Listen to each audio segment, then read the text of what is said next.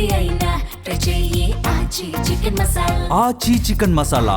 ఒకప్పుడు స్టాలిన్ గెలుపు కోసం పనిచేశాడు. స్టాలిన్ గెలుపు బాధ్యతను తన భుజాలపై వేసుకుని నడిపించాడు. అయితే అప్పుడు స్టాలిన్ను గెలిపించిన ఆశించిన మెజార్టీ రాకపోవడంతో స్టాలిన్ చేతి తిట్లు కూడా తిన్నాడు.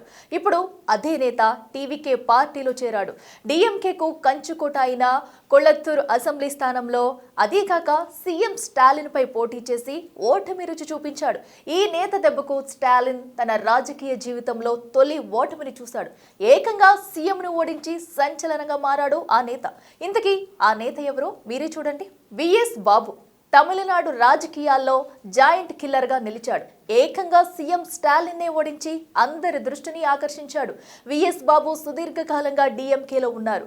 2006 నుంచి 2011 వరకు పురుషవాకం ఎమ్మెల్యేగా ఉన్నారు. 2011 ఎన్నికల్లో ఆ నియోజకవర్గం పునర్విభజనలో రద్దయింది. అదే సమయంలో ఆయన ప్రభావం ఎక్కువగా ఉన్న కొళత్తూరులో స్టాలిన్ పోటీ చేసి విజయం సాధించారు. అయితే మెజారిటీ తక్కువ వచ్చిందని బాబును స్టాలిన్ ప్రశ్నించారు. దీంతో బాబు డిఎంకేలో ఉండలేక అన్నా డిఎంకేలో చేరారు. ఇక కొళత్తూరు నియోజకవర్గం డిఎంకేకు కోట. 2011 నుంచి ఇక్కడ డిఎంకే ఓడింది లేదు. అందుకని డిఎంకే అధినేత తమిళనాడు సీఎం స్టాలిన్ ఈ స్థానాన్ని ఎంచుకున్నారు. వరుసగా 3 సార్లు ఇక్కడ నుంచే విజయం సాధించారు.